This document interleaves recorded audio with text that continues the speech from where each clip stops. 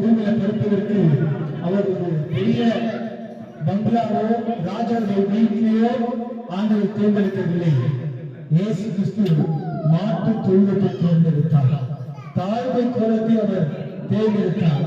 அதுவே இன்றைக்கு நாம் தாழ்மையோடு கூட இதோட மக்கள் ஆசீர்வதிக்கப்படும்படியாக நம்ம என்ன செய்ய போறோம்?